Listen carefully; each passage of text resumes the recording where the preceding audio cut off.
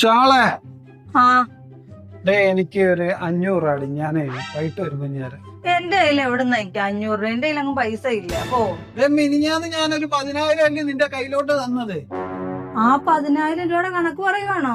കണക്കോ നിക്ക് പറഞ്ഞു കേൾപ്പിക്കാം. 10,000 രൂപ എന്റെ കയ്യിൽ തന്നെങ്കിലേ 3,000 രൂപയ്ക്ക് ഞാന് കറണ്ട് ബില്ല് അടച്ച്. അപ്പൊ 7,000 ഉണ്ടല്ലോ, അതിൽ നിന്ന് 500 ഇങ്ങോട്ടുതാ. 2,000 രൂപ ഇതിന് 2 കല്യാണക്കാർക്ക് കൊടുത്തില്ലേ? അന്നേരം ഉണ്ടല്ലോ ഒരു 3,000 ഉണ്ടല്ലോ. മീൻകാരൻ പാൽക്കാരൻ അവർക്ക് 3,000 അല്ല, ഇനി അങ്ങോട്ട് വീണ്ടും ചെല്ലും പൈസ അങ്ങോട്ട്. പിന്നെ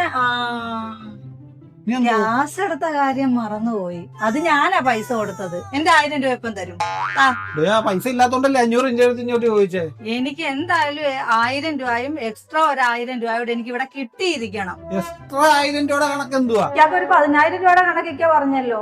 എനിക്ക് എന്തായാലും വേണം. ഈ ജോലിയുടെ ഇടയ്ക്ക് എന്റെ ടൈം വേസ്റ്റ് ആക്കി. എനിക്ക് എന്തായാലും 1,000 രൂപയുടെ വേണം. 2,000 രൂപ ഇല്ലാതെ ഇങ്ങോട്ട് വരുന്നത് ഞാനൊന്ന് കാണട്ടെ. ആ പോകുന്ന വഴി ആ കുഞ്ഞോനിക്ക അടയുന്നതാണോ അല്ലെങ്കിൽ ആ മുനീറിന്റെ കയ്യിന്നാണോ ഒരു 500 രൂപ മേടിച്ചിരുന്നെങ്കിൽ ആ 500 രൂപയിലങ്ങ് തീർന്നേനെ. ഗ്യാസിന്റെ കാര്യം അവള് മറന്നിരുന്നേ. ഇനിയിപ്പോ അതും കൊണ്ടും അല്ലാതെ ഇങ്ങോട്ട് കയറും. അതും കൊണ്ട് അവള് നിക്കത്തില്ലല്ലോ, 2,000 വേണം. എന്തോ ഒരു കഷ്ടമായി.